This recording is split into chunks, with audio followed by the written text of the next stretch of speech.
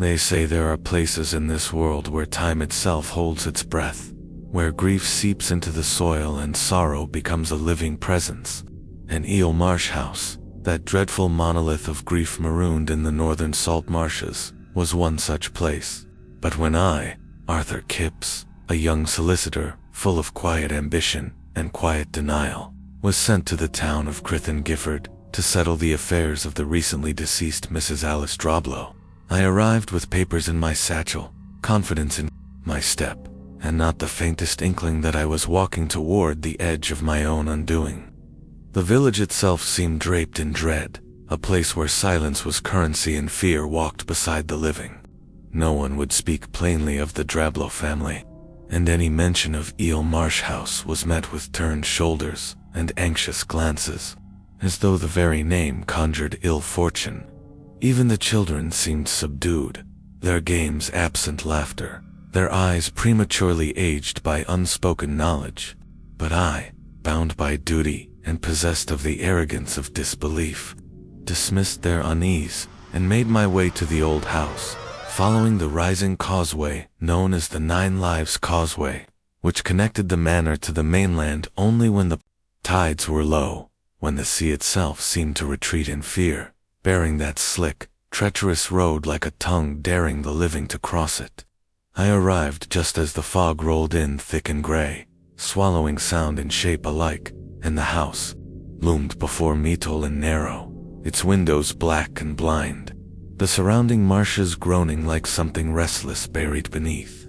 And yet, I stepped inside, lit candles in the gloom, unpacked files in a study where dust hung like ash, and told myself that fear was a trick of the mind until I heard the faint sound of a rocking chair creaking overhead. Though the nursery above had been locked for years, I called out, but there was no answer in Lee. The slow, mournful rhythm of the chair, and a silence so complete it hurt my ears. Then I saw her, standing just beyond the graveyard wall that surrounded the house, a figure draped in black from head to toe, motionless in the rising mist, her face pale and waxy like a drowned corpse, her eyes twin pits of fury and endless sorrow. I blinked, and she was gone, but the damage was done.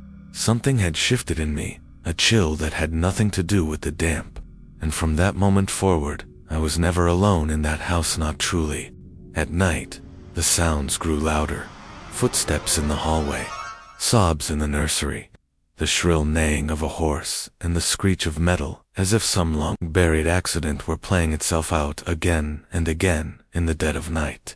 I found letters, yellowed with time and damp, revealing the house's awful truth. Janet Humphrey, the woman in black, had once been the sister of Mrs. Droblow, and had borne a child out of wedlock, a boy she was forced to give up. He was raised by her sister, and Janet was made to live nearby as a companion, forbidden from revealing the truth of her motherhood. She watched her son grow from a distance, and one day, while returning across the marsh with the boy and his adoptive parents, the pony trap was caught in the quicksand during a storm. The carriage sank, the boys screaming as the mire swallowed them whole, and Janet, watching helplessly from the causeway, screamed too. A sound so terrible it was said the birds fell silent, the sea retreated, and her soul shattered.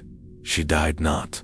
Long after, consumed by grief and rage, and her spirit refusing peace, returned to Eel Marsh House, cursed and cursing in turn. The woman in black did not merely haunt the house. She marked the living. Every sighting of her was a sentence, every glimpse a death knell for a child. I tried to leave. I tried to pretend it was all madness. But Crithen Gifford had taught itself not to pretend. The townsfolk had seen their children die after sightings, in fires, in fevers, in sleep, and in screams. I returned to London, shaken, but alive. I married the woman I loved, had a son blessed, I thought, with new beginnings. But fate had already been sealed. One spring afternoon, in a park filled with light and laughter, I saw her again. She stood at a distance, beneath a skeletal tree, her black veil fluttering, though the air was still, and my blood turned to ice. I knew then this would be the price for my curiosity, for daring to gaze upon the depths of someone else's grief. I tried to reach my wife and son, shouted, ran, my voice lost in the sound of hooves and a cracking branch as a pony bolted, overturned a trap, and flung them into a tree. My wife survived for a time, broken and silent, her spirit gone with our boy, whose neck had snapped, his eyes staring blankly at the sky. Years passed. I aged. The world moved on. But Eel Marsh House remained, its windows vacant, yet never empty.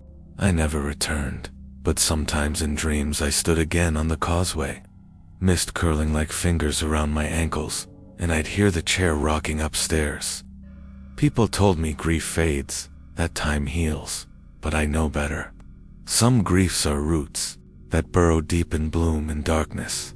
Some sorrows do not end. They endure, patient and watchful. And now, old and childless, I write this so that others might learn what I did too late, that not all ghosts wish for closure. Some wish for companions, others for revenge. The woman in black walks still. She walks the graveyard. She waits by the marsh. She peers from the nursery window, always watching, always mourning, always hunting. And if you see her just once, she know that she has seen you, too. But here, at the end of all things, I find a strange peace, for I have come to understand her, not excuse her, but recognize the wound she became.